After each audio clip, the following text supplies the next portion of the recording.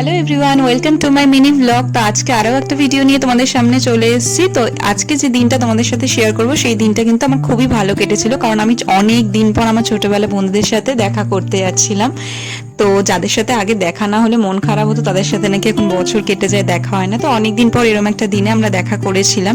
তো তার জন্য আমরা গঙ্গার ঘাটটাকেই বেছে নিয়েছিলাম। তো আমরা আহিটোলা ঘাটে চলে গেছিলাম। যাওয়ার পর আমরা অনেক আড্ডা মারছিলাম, অনেক পুরোনো দিনের কথা বলছিলাম, স্কুল টাইমে কি কি করতাম। দেন আমরা ওখান থেকে দেখতে পেলাম যে ওখানে মটকা বিক্রি হচ্ছিল। তো ছোটবেলায় যেরকম এক্সাইটেড হয়ে যেতাম, এক্সাইটেড হয়ে পড়েছিলাম। তো আমরা মটকা কিনে নিচ্ছি এখানে। তো তিনজনে মটকা কিনে একটুখানি আমরা ঢং করছিলাম আর কি। তো তারপরে আমরা ওখান থেকে, যেহেতু আমাদের লঞ্চে করে আমরা ভাবছিলাম একটু যাব বাগবাজার ঘাটে, তো সেই জন্য আমরা লঞ্চের দিকে যাচ্ছি, জেটির দিকে।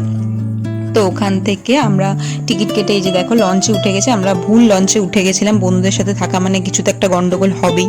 তো বাগবাজার না গিয়ে আমরা হাওড়া লঞ্চে উঠে গেছিলাম গল্প করতে করতে।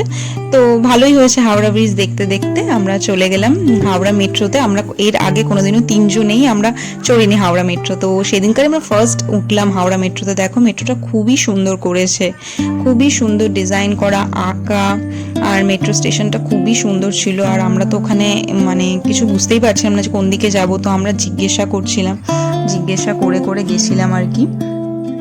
তো তোমরা দেখতেই পাচ্ছ যে মেট্রো স্টেশনটা খুবই সুন্দর করেছে। দেখো কি সুন্দর মেট্রোটাও, মানে এখন এমনি নর্মাল মেট্রো স্টেশনের থেকে অনেকটা আলাদা ছিল আর কি। তো ওখান থেকে আমরা স্প্ল্যানেড চলে গেছিলাম। দেন আমরা খেয়ে দে বাড়ির দিকে রওনা দিলাম।